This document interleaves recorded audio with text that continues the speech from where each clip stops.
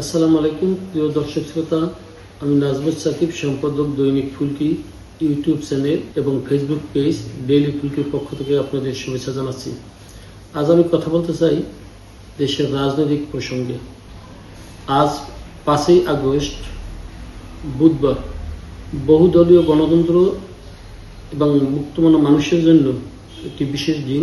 16 বছরের জুলুম, নির্যাতন এবং দীর্ঘ লড়াই সংগ্রামে বহু জীবন এবং অঙ্গহানির বিনিময়ে গত 2 বছর আগে এই 5ই আগস্ট ফ্যাসিস্ট শেখ হাসিনাকে বিতাড়িত করে বাংলাদেশ ফ্যাসিস্ট মুক্ত হয়েছে। এই ফ্যাসিস্ট শাসন মুক্ত হয় বাংলাদেশের মানুষ যারা গণতন্ত্রে বিশ্বাস করে, বাক স্বাধীনতায় বিশ্বাস করে, তারা হাঁপ ছেড়ে বেঁচেছে। অনেকের বিরুদ্ধে এখন মামলা আছে, কিন্তু যারা নিরীহ মানুষ, যারা অপরাধী না, তারা কিন্তু ঘরে ঘুমাচ্ছে। খুনের মামলার আসামি, ভাঙচুর মামলার আসামি, সে ভিন্ন মত পোষণ করতে পারে, হতে পারে নিষিদ্ধ আওয়ামী লীগের, কিন্তু তারপরে তারা বাড়িতে ঘুমাচ্ছে। কিন্তু যারা ভাঙচুর করছে, লুটপাট করছে, নির্যাতন করছে, দুঃশাসন চালিয়েছে, দস্যুবৃত্তি চালিয়েছে, মানুষের সম্পদ কেড়ে নিয়েছে, তারা তো দেশে নেই। তারা এখনো স্বীকার করে না তারা অন্যায় করেছে। ফ্যাসিস্ট শেখ হাসিনা বিভিন্ন সময় অডিও বার্তায় জানায়, যেগুলি অডিও আমরা শুনতে পাই সোশ্যাল মিডিয়ার কল্যাণে, তার মধ্যে কোনো পরিবর্তন নেই। মানুষের এত জুলুম নির্যাতন করার পরও তার মনে কোনো পরিবর্তন নেই, তার চিন্তা চেতনার কোনো পরিবর্তন হয়েছে বলে মনে হয় না। অনেকেই রয়ে গেছে, তারা কিন্তু উৎপেতে আছে, বিভিন্ন অঘটন ঘটানোর জন্য তারা বসে আছে। তারা বিএনপি, এনসিপি, অনেকে তো জামাতের সঙ্গেও আছে, কিন্তু তার সুযোগ পেলেই সবলটি মারবে। এর মাঝেই ফ্যাসিস্ট শেখ হাসিনা ডিসেম্বরের মধ্যেই দেশে ফেরার ঘোষণা দিয়েছে।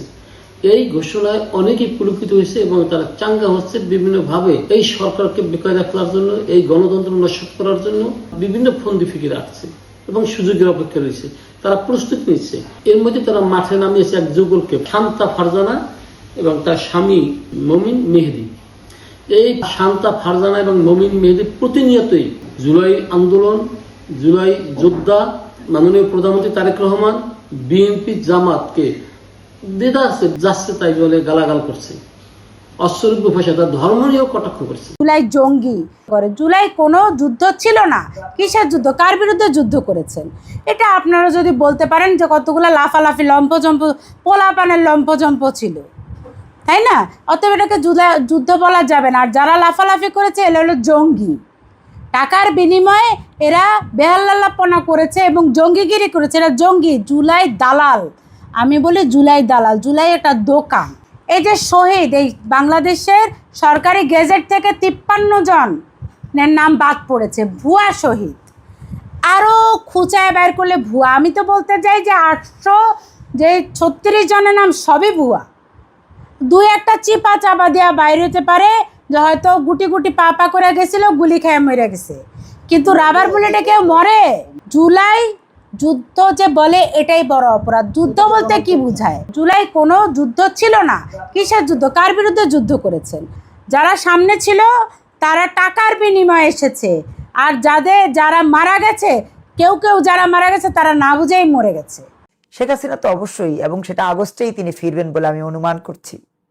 ডিসেম্বর তো অনেক দূর কি বাদ। কেন? কারণ শেখ হাসিনা সত্যিকার অর্থেই বাংলাদেশের মানুষের যে কষ্ট, দুঃখ, বেদনা, এই বিষয়গুলো নিয়ে খুবই উদ্বেগের মধ্যে রয়েছে। এদের কিছু না হয়, সম্প্রতি জুলাই যোদ্ধা আয়াজের সাথে তারা একটা অপ্রীতিকর ঘটনা ঘটছে। সেই ঘটনায় গতকাল আয়াজকে প্রেস ক্লাবে পেয়ে তারা দলবল নিয়ে আয়াজকে বেদম পিটিয়েছে। হাসপাতালে গিয়েও আয়াজকে মারার চিন্তা করছে।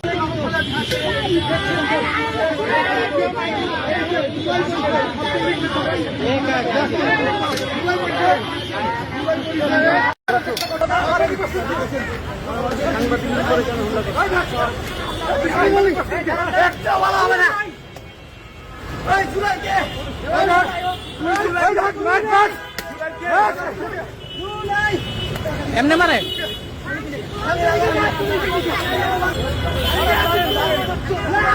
এখন বোঝা যায় যে এই শান্তা ফারজানা এবং মমিন মেহেদির শক্তি কোথায়। তারা সবসময় ফ্যাসিস্ট শেখ হাসিনা বন্দনা করে। এখন বিএনপি যদি তার সহযোদ্ধা যাদের নিয়ে 16 বছর রাজপথে আন্দোলন সংগ্রাম করছে এবং জুলাই বিপ্লব সংগঠিত করেছে, এই জুলাই বিপ্লবের মাধ্যমে জুলাই যোদ্ধারা এসেছে এবং তাদের একটা এনসিপি নামক একটি সংগঠন রয়েছে যারা জামাত নেতৃত্বে 11 দলীয় জোটভুক্ত।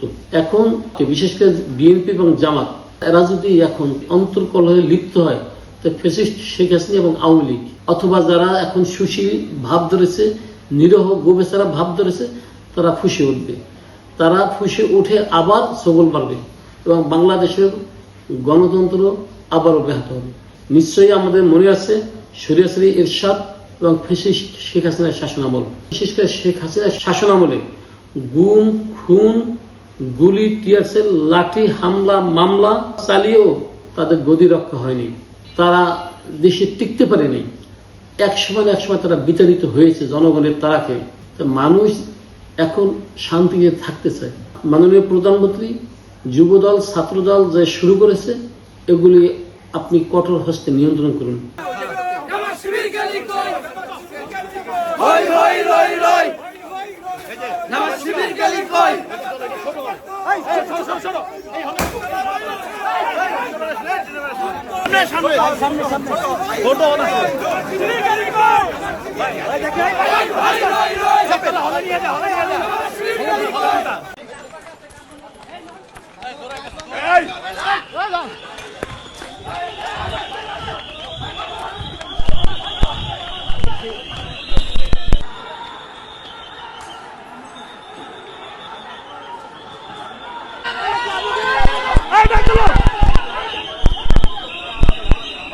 কিন্তু সামনে যাচ্ছে না, এই দিক থেকে যারা যারা অসহযোগিতা করতেছে আমরা কিন্তু বুঝবো।